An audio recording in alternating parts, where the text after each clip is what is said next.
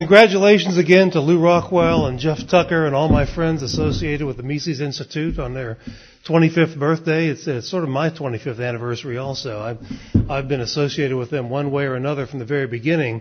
In fact, I know some of the people in this room, including myself, can remember exactly where they were when they heard that John F. Kennedy was assassinated. And I know probably everyone in this room remembers exactly where they were when they heard about 9/11. Well, I remember exactly where I was when I heard about the Mises Institute. I was in my faculty office at George Mason University, and I opened a mail. It was a flyer announcing that something called the Mises Institute had been created. And the first thing I did was I whipped out my checkbook and wrote Lou a very small check as a donation.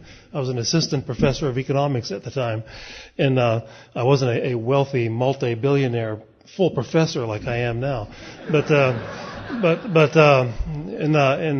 Lou wrote back, and he sent me a von Mises tie, and I remember writing him back, him and Murray, saying, I will wear it proudly, and it's bound to have the same effect in academe as flashing a cross in front of Dracula. And I was told Murray got a big belly laugh out of that one. So I do remember that. That was the moment I heard about the Mises Institute. And my first visit to Auburn, they were in an office about the size of this area where the fire extinguisher is, in a little building next to the football stadium that has since been bulldozed. And that was the beginnings of it. Well, Lou has asked me to talk about Mises as inspiration, and I only have 17 minutes or something like that. But Mises has always been an inspiration in much of my research and writing. And I first read Human Action my first semester in graduate school, way back when the dinosaurs roamed the earth, and it's a very unusual thing. So I knew about Austrian economics long before the Mises Institute came around. And so what I thought I'd do in the little time I have is offer just a few quotes from Mises on the topic of the study of history. In recent years, I've been interested in economic history, mostly in the history of the Civil War, or back in Alabama, we call it the War to Prevent Southern Independence. And so I'll read you a few quotes from Mises and give you illustrations of how this has sort of influenced my thinking.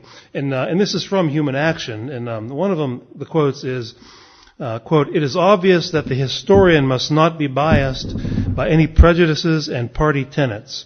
Those writers who consider historical events as an arsenal of weapons for the conduct of their party feuds are not historians, but propagandists and apologists. They are not eager to acquire knowledge, but to justify the program of their parties. They usurp the name of history for their writings as a blind in order to deceive the incredulous," end quote. And Tom Woods gave us some good examples of this a little earlier. And but to give you an example of how, one of the reasons I got involved in writing a book on Lincoln, for example, as an economist, is I was a Civil War buff, as they call it. I'd read dozens, maybe hundreds of books on all the battles and the biographies and so forth. And I started thinking of how I could combine my profession with this hobby of mine. And when I started reading a lot of the mainstream historians, and just so much just didn't add up at all. And I'll just give you a few examples of works that seem to fit in this definition of just using history to justify a particular political program, not studying history to learn the truth about how the world works, but to justify some agenda. Well, one example is the book by Mario Cuomo and Harold Holzer, who's considered to be one of the preeminent Lincoln scholars. It's entitled "Why Lincoln Matters Now More Than Ever." And the theme of the book is that if Abe Lincoln were alive today, he would be a social democrat just like Mario Cuomo and Harold Holzer and Hillary Clinton, for that matter, who's a close friend of both of them. That's sort of an egregious example. I did some research a few years back on the economics and politics of Reconstruction, the post-Civil War Reconstruction. And one of the real eye-openers, I ran across a book edited by Kenneth Stamp, who was a former president of the U.S. Historical Association, very well-known academic historian. And I was kind of surprised to read that in some of the introductory material in there, several of the authors came right out and said that their purpose, this was in the 1960s, of sort of re-examining the history of Reconstruction, was that they wanted to use that history to promote Lyndon Johnson's legislative agenda that existed in the 1960s. And so, and I had read some of the earlier works that were done by such people as William Archibald Dunning, that was just really a wonderful scholarship, and you just get the idea on every page that these people were interested in pursuing the truth. But at least these people admitted it, that they had an agenda, and they were literally rewriting history, which I didn't like at all. Another anecdote, Eric Foner, if you ever see a Civil War documentary on television, there's a good bet that they'll drag out Eric Foner from Columbia University to tell you how you should think about it. And he's a Marxist historian, and I quote him in my latest book on Lincoln as in an article he wrote in The Nation magazine in October of 1991, and he made the case against the breakup of the Soviet Union. He was against the breakup of the Soviet Union, and he said in the article, Abraham Lincoln would not have been such a softy as Gorbachev and allowed the 11 Soviet republics to secede peacefully like that. He would have kept the Soviet Union together. He called it a grand experiment and things like that. And the title of the article was Lincoln's Lesson. So he actually argues that, thank goodness our Lincoln was much more of a brutal dictator than the last dictator of the communist Soviet Union was. And on the right, an example that I sort of make a big deal of in my latest book is there's a political scientist named Walter Burns at University of Maryland. He wrote a book called Making Patriots a few years ago, and there's a chapter that mostly about the Civil War, Lincoln in particular. And he says the big problem with young Americans today, young people, 18 and 19-year-olds, is that they may be willing to join the military if their country is genuinely threatened, national defense, but they're not willing to join the military in large numbers for global crusades for democracy, or if we turn the military into Meals on Wheels with tanks or something like that. They'll defend their country, but they won't go to Iran. And that's a problem. They're too self-centered. They're too interested in pursuing their careers and their education and raising their families. It's not a good thing. How can we persuade them to change their attitudes? And Walter Burns says, well, we need a national poet who can more or less mesmerize the youth into marching in line and marching into Iran and Syria and Lebanon, and I can just see Newt Gingrich getting goosebumps as he reads this kind of stuff. And then he says, fortunately, we already have one, Abe Lincoln, who he calls the martyred Christ of democracy's passion play. And so that's my example of a right-winger associated with the American Enterprise Institute, who just obviously just uses this history to promote that. And speaking of Newt Gingrich, he wrote an article in the Wall Street Journal a while back in which he advocated the invasion and occupation of Syria, Lebanon, Iran, North Korea, and I think one other, pretty much the whole Middle East plus North Korea. Invasion and occupation. And the title of the article in the Wall Street Journal was Lincoln and Bush. And once again, he started out, he strung together all these quotes of Abe Lincoln. And the idea is supposed to be, he would approve of this. But those of you who know anything about Lincoln, even if you hate Lincoln, he was a brilliant politician. And I don't think he would have been so stupid as to follow Newt Gingrich's lead in something like this. And so I don't think he would have agreed with that at all. And so these are some of the things, once I got into the whole literature and the use of this literature by politicians especially, that I smelled a rat, a very big rat. And so and von Mises sort of got me thinking along these lines of where to hunt for rats. That's a lot of what I do for my career. I'm sort of a rat hunter out there. And so another example, another quote, couple of quotes from von Mises in Human Action about the study of history. No unanimity exists in regard to many theological, biological, and economic issues. Accordingly, historians disagree. A mercantilist or neo-mercantilist must necessarily be at variance with an economist. An account of German monetary history is conditioned by the author's monetary doctrines. The historians disagree on such issues not in their capacity as historians, but in their application of the non-historical sciences to the subject matter of history. An economist looks at history through a different lens in that he or she will ask different questions, for example, and have different understandings of the role of tariffs, for example, in the Civil War and things like that. Another quote is that, quote, history can never be studied without presuppositions, and that dissension with regard to the presuppositions, i.e. the whole content of the non-historical branches of knowledge, must determine the establishment of historical facts. And then he says, changes in the teachings of the non-historical sciences consequently must involve a rewriting of history. Subjective economics produces historical works very different from those based on mercantilist doctrines. Which certainly is very true. And I'll give you one example from my own research again. About 2 years ago, probably the most preeminent Lincoln scholar in America is David Donald. He wrote a Pulitzer Prize winning biography of Lincoln.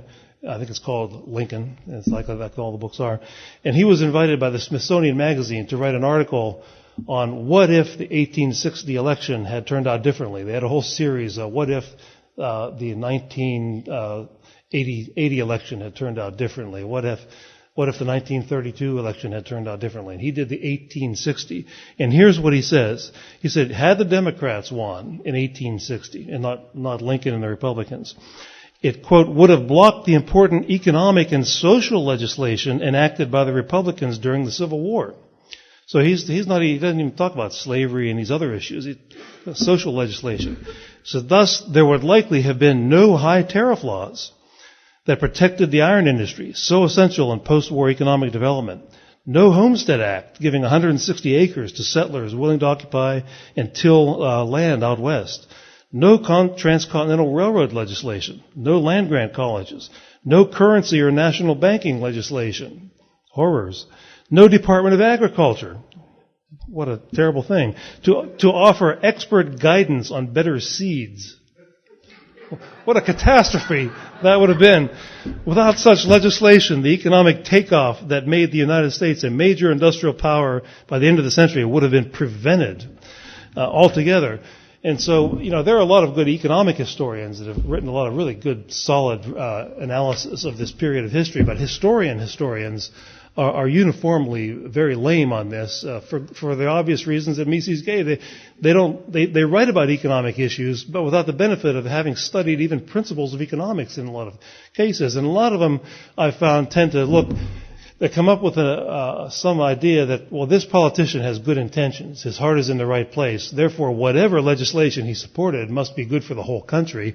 Or they're sort of neo-mercantilists of one sort or another, like David Donald, on these issues.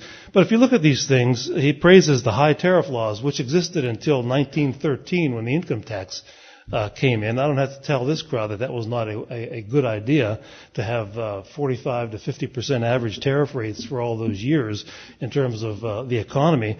Even the Homestead Act, there's a historian named Ludwell Johnson who taught at William and Mary for many, many years. He's retired now. He did some research on the Homestead Act that I haven't seen anywhere else of this kind of research. He made the case that about 3/4 of all the land, he argues, that was given to railroad corporations, mining corporations, timber companies, and a relatively small amount was given to real actual settlers. So it's not quite as a libertarian-oriented idea as you would think. It was, in other words, it was sort of a veiled form of corporate welfare. Not totally, but to a very large extent. No transcontinental railroad legislation. I've written, and many others have written about the fact that James J. Hill built a transcontinental railroad without any government subsidies. So it probably would have happened a little later than it did, and it wouldn't have had all the corruption and the swindling and probably the biggest political corruption in the history of American politics, the Crédit Mobilier scandals of the Grant administrations, was associated with transcontinental railroad subsidies. And I even argued in some of my publications that this led to this really strengthened the progressive movement several decades later, because these people were corrupt. They were corrupt, and so a lot of the regulation that was put in place Some of it, much of it was put in place by the corporations themselves, actually, so it really wasn't harmful to them. But some of it was intended to be a response to all this corruption, but it wasn't capitalism that was corrupt. It was neo-mercantilism, which David Donald kind of likes. And the Department of Agriculture, no currency or national banking system. We wouldn't have had the Fed, decades later, heaven forbid, if it weren't for this. And of course, the Department of Agriculture, and I sort of lampoon this idea in my latest book that farmers need bureaucrats in Washington to tell them which seeds to plant. And of course, the main impact of the Department of Agriculture has been to enforce agricultural cartels periodically over the years. And so that's the sort of silliness that you see from historians who don't understand one thing about economics, praising all these institutions. One final example, I got about 2 or 3 minutes left. But something else I've written about that is another application of these quotes that I just read from Mises is I've always thought of macroeconomics as sort of warmed over mercantilism covered up with mathematics. When I first started studying it in school, after studying microeconomics, supply and demand, opportunity cost, real economics, it always seemed like contrived engineering exercises to me, macro. And I ran across an article in the Journal of Political Economy, which is one of the prestigious economics journals, a couple of years ago, August 2004, by 2 UCLA economists, Harold Cole and Lee Ohanian, and one of them is the editor of the American Economic Review, the other prestigious journal. And some 60 years after Ludwig von Mises and Friedrich Hayek and Henry Hazlitt explained why the New Deal made the Great Depression worse, not better, these guys finally discovered this, and they published it and they wrote it up in the language of game theory. I guess that's what you have to do to assert truth nowadays in economics. And they say things like this: real gross domestic product per adult during the Depression, which was 39% below trend at the trough of the Depression in 1933, remained 27% below the trend in 1939. Similarly, private hours worked were 27% below trend in 1933 and remained 21% below trend in 1939, end quote. So they finally discovered that the New Deal didn't work in 2004. Things, like I said, that the Austrians explained over and over and over again 60 years earlier. How did they come up? Why is this? Why did they miss this? How did the mainstream miss this? I think it's because of their theory, their sort of neo-mercantilist theory, which I call in one of my writings, the Frankenstein monster theory of economics, because the language of and here's what they say. He says that they're just surprised that, quote, the weak recovery from the Depression and the New Deal policies is puzzling because of the large negative shocks that some economists believe caused the crash, including monetary shocks, productivity shocks, and banking shocks. And I make the analogy to the movie Young Frankenstein, where they try to shock the monster into life. That's how macroeconomics talks about. We're trying to shock the economy back to life during a recession. And if that doesn't work, if you remember the movie, they try to inject him with some gigantic needle and make him come back to life. And here's and of course these authors talk about various injections of government spending or easy credit that would supposedly cause a roaring recovery. And I read this stuff, and I don't know, in my perverted mind, I think, well, they're shocking the monster, they're trying to inject it with something, and why? Because they want the monster to come roaring back, like the economy. They use this weird language, and this is economics, shocks, injections. It reminds me of when I first took economics as an undergraduate. His time's up. I'm a little bit bigger than Mark, so I'll take 2 more seconds. Maybe many of you remember this. The first, chapter 1 had a bathtub in it, a picture of a bathtub, and there was water going in and there's water leaking out somewhere. And the water going in was supposed to be government. It was sort of government spending. And the whole problem of economics was to patch up those leaks and to keep the water going in the bathtub. And that's another reason why I thought, this is insane. This is not economics. What is this? And von Mises, he must have been having a very hard time in his day, because I had a lot more people who agreed with me at the time and do today than von Mises did, who was really a lone wolf, for which we should all ever be grateful. And thank you very much.